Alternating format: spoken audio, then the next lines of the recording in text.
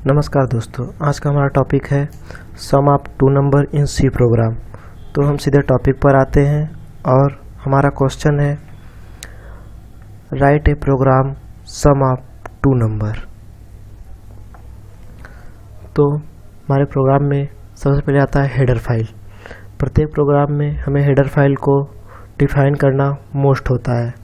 Header file के जरिए हम प्रोग्राम को प्रिंटअप, प्रिंट, स्कैन और स्क्रीन होल्ड कराने का काम करते हैं। स्टूडियो डॉट एच इसमें प्रिंटअप, स्कैनअप, गेट्स, पुट्स होते हैं और कोनियो डॉट एच में हमारे गेट्स और पुट्स होते हैं। और हमारा पहला हेडर फाइल है hashtag include studio dot H. अब बात आती है यहाँ पे हैशटैग क्या है। इसे हम प्री प्रोसेसर डायरेक्टिव बोलते हैं और स्टूडियो डॉट एच को ये हमारा एक हेडर फाइल है जिसका फुल फॉर्म होता है standard input output dot H, H for header file. अब इसके अंदर हमारा प्रिंटअप और स्कैनअप होता है। यदि हम header file studio dot H को नहीं देते हैं, नहीं लिखते हैं, तो हमारा कंपाइलर प्रिंटअप और स्कैनअप का मतलब ही नहीं समझता। और हमारा दूसरा हेडर फाइल है include conio dot H, hashtag include conio dot H. Conio dot H क्या है? यह भी एक हेडर फाइल है जिसका फुल फॉर्म होता है console input output dot H, जिसके अंदर गेट्स पहले से डिफाइन होता है जिसे लाइब्रेरी फंक्शन कहते हैं। प्रिंटअप, स्कैनअप, गेट्स ये सब हमारे लाइब्रेरी फंक्शन है। और वाइडमैन के ऊपर अब जितना भी ये प्रोग्राम देख रहे हैं ये पूरा हमारा ग्लोबल डिक्लेरेशन में आता है। और वाइडमैन के नीचे का प्रोग्राम दो पार्टों में बटा होता है। पहला डिक्लेरेशन पार्ट, दूसरा एग्जीक्यूटेबल पार्ट। पहला डिक्लेरेशन पार्ट, दूसरा एग्जीक्यूटेबल पार्ट। अब आता है हमारा वाइडमैन के अंदर ही हम पूरा प्रोग्राम लिखते हैं। और वाइडमैन के अंदर हम प्रोग्राम को हमारा ओपन कर्ली ब्रेसेस से शुरू होता है और क्लोज कर्ली ब्रेसेस पे ख़त्म होता है। अब बात आते हैं यहाँ पे इंट कॉमा ए कॉमा सम, इंट ए कॉमा बी कॉमा सम। अब बात आता है यहाँ पे हमारा इंट क्या है। इंट एक प्रकार का डेटा टाइप होता है। हमारे डेटा टाइप कई प्रकार के होते हैं, जैसे int, float, character, double, string, etc बहुत सारे होते हैं। तो हम यहाँ पे देखेंगे हमें वेरिएबल को किस प्रकार का वेरिएबल लेना है। इंटीजर टाइप का लेना है तो इंट, फ्लोट टाइप का लेना है मतलब डेसिमल पॉइंट वो टाइप का लेना है तो फ्लोट, कैरेक्टर लेना है मतलब ए कॉमा बी, सी, डी, ई, एफ, ये सब हमारे कैरेक्टर होते हैं। इसी प्रकार से डेटा टाइप होता है। तो हम यहाँ पे इंट लिए हैं तो INT इंटीजर लिए हैं तो INT, आप फ्लोट लिए होते तो फ्लोट लिखिए। और इसके बाद आता है हमारा printf bracket double dot comma के अंदर enter the value of two number, double dot comma बंद ब्रैकेट सेमीकोलन। अब ये क्या होता है, हमारा एक मैसेज होता है। हम ये क्यों देते हैं, जैसे हमारे आउटपुट स्क्रीन पे मैंने बहुत सारे वेरिएबल ले लिए। अब हम जब रन कराते हैं हमारे आउटपुट स्क्रीन पे हमें उन वेरिएबल की वैल्यू देनी होती है। तो शायद मैंने बहुत सारे वेरिएबल ले लिए, जैसे 10, 20, 30 ऐसे सारे बहुत सारे वेरिएबल ले लिए। तो हमें आउटपुट स्क्रीन पे ये पता ही नहीं कि हमने कितने वेरिएबल लिए थे, हमें याद नहीं। इसलिए हम मैसेज में दे दिए रहते हैं। हम जितने वेरिएबल लिए रहते हैं उतने वेरिएबल मैसेज में दे देते हैं, enter the value of two number, क्योंकि मैंने 2 वेरिएबल लिया है। इसी तरह आप जितने वेरिएबल लिए रहेंगे मैसेज में उतने वेरिएबल लिख दीजिए, तो आउटपुट स्क्रीन पे आपको वैल्यू देने में आसानी होगी। और डबल डॉट कामा फिर ब्रैकेट फिर सेमीकोलन क्यों लगाते हैं, सेमीकोलन हमें बताता है कि हमारी लाइन यहाँ पे ख़त्म हो गई है, अब हमें अगली लाइन में जानी है। अब बात आता है स्कैनअप। स्कैनअप क्या करता है, हमारे वैल्यू को इनपुट कराता है। अब scanf bracket double dot comma के अंदर %d हम %d 2 बार क्यों लिखे हैं, और पहले तो आता है हम %d क्यों लिखते हैं। हमारा इंटीजर है इसलिए हमारा डेटा टाइप इंटीजर है इसलिए हम %d लिखे हैं। हमारा डेटा टाइप फ्लोट होता तो हम %टाइप लिखते। हमारा डेटा टाइप कैरेक्टर होता है तो %c लिखते हैं इसी प्रकार से। और आपके जितने वेरिएबल लिए रहेंगे उतने डेटा टाइप लिखेंगे। और ये याद रखिए, मैंने तो 3 वेरिएबल लिया है, लेकिन जिसमें से एक वेरिएबल असाइन करना है, इसलिए इसके बारे में हम नहीं लिखेंगे। हमें जितना स्कैन कराना, जितने की वैल्यू देनी है उतने को हम लिखेंगे। तो हमने 2 को सिर्फ वैल्यू देनी है 2 वेरिएबल की, इसलिए %d सिर्फ 2 बार लिखा है। और %d के बाद डबल एडवर्ड कॉमा को बंद कर देते हैं, फिर कॉमा लगाते हैं, and operator a comma and operator b. अब आता है एंड ऑपरेटर क्या होता है। एंड ऑपरेटर हमारे वैल्यू की मेमोरी लोकेशन देता है, हमारे वैल्यू को मेमोरी लोकेशन देता है। जैसे हम वैल्यू दे दिए, अब उसे मेमोरी में जाना कहाँ है या उसे मेमोरी में कहाँ रखना है, ये हमारा एंड ऑपरेटर डिसाइड करता है। एंड ऑपरेटर ए, अब इसका मतलब क्या है कि हमारे वेरिएबल ए का एक मेमोरी लोकेशन बना है, और एंड ऑपरेटर बी मतलब वेरिएबल बी का भी एक मेमोरी लोकेशन हो गया। और and operator a and operator b के बीच में हम कॉमा लगाएंगे, जितने वेरिएबल लेंगे उतने कॉमा हम लगाएंगे, फिर ब्रैकेट बंद करेंगे, फिर सेमीकोलन। अब हमें अगले लाइन में आना है, sum equal to A plus B semicolon. हम sum equal to A plus B क्यों लिखे हैं, जैसे sum equal to 4 B equal to 3 ले लिए, अपने वेरिएबल को वैल्यू दिए हैं a plus b equal to 4 plus 3। अब यहाँ पे आप ध्यान दे रहे हैं दोस्तों, a प्लस बी हम लिखे हैं, लेकिन यहाँ पे हमारा दिख क्या रहा है 4 plus 3।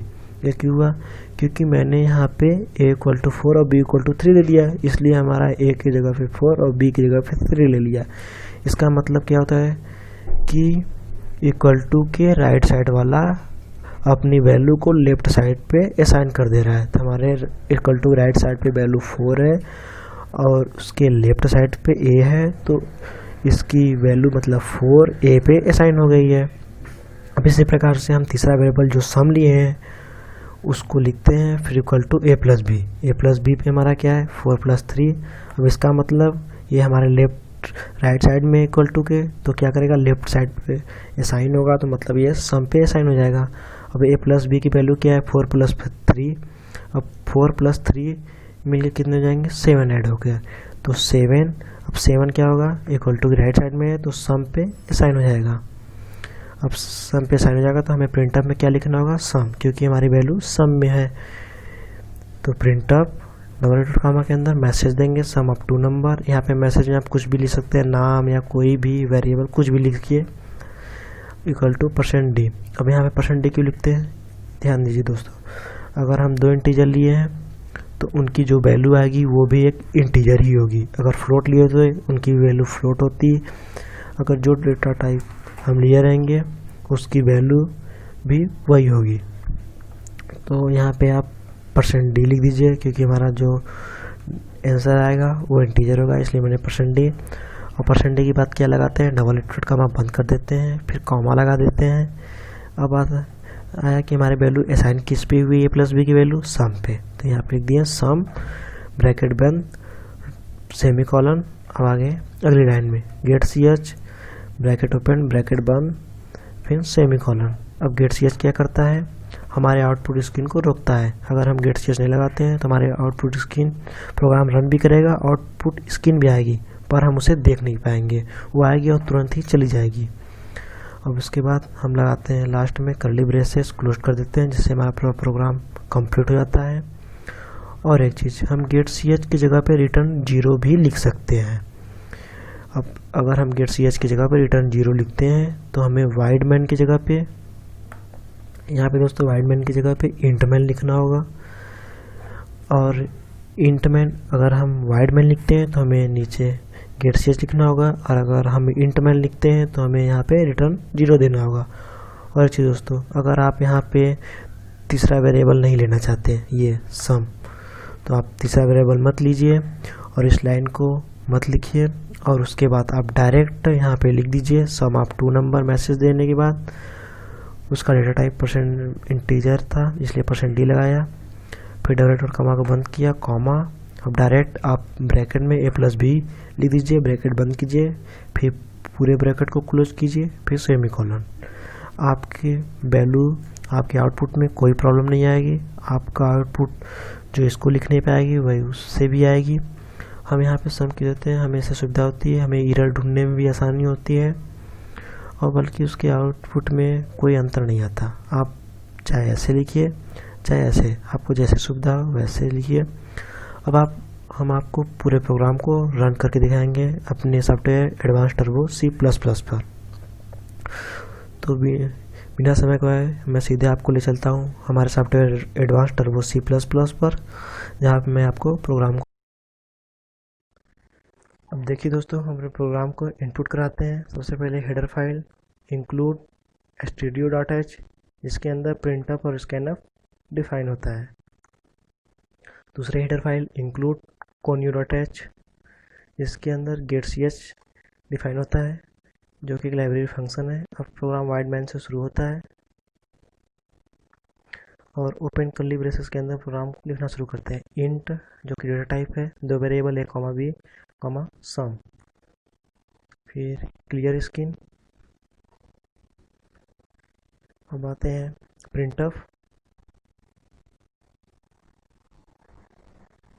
Input the two number, जो कि हमारा मैसेज है जो आउटपुट स्क्रीन पे दिखाई देगी। अब आते हैं स्कैनअप पे। स्कैनअप दो integer %d double comma close comma and operator a comma and operator b, दो वेरिएबल लिए हैं इसलिए सेमी कॉलन। आते हैं sum equal to a plus b पर। printf डबल कॉमा के अंदर मैसेज देंगे sum of two number,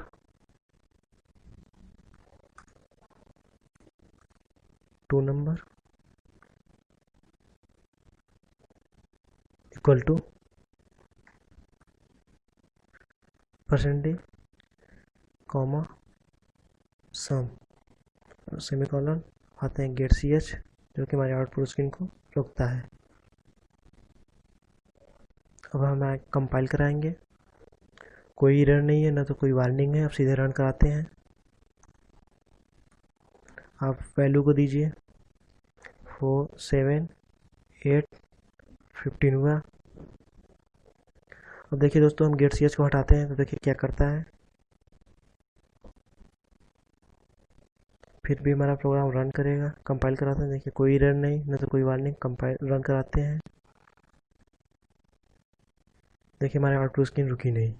gate ch लगाने से आउटपुट स्क्रीन हमारी होल्ड होती है। धन्यवाद दोस्तों हमारे वीडियो को देखने के लिए। वीडियो पसंद आया हो तो लाइक और शेयर जरूर करें।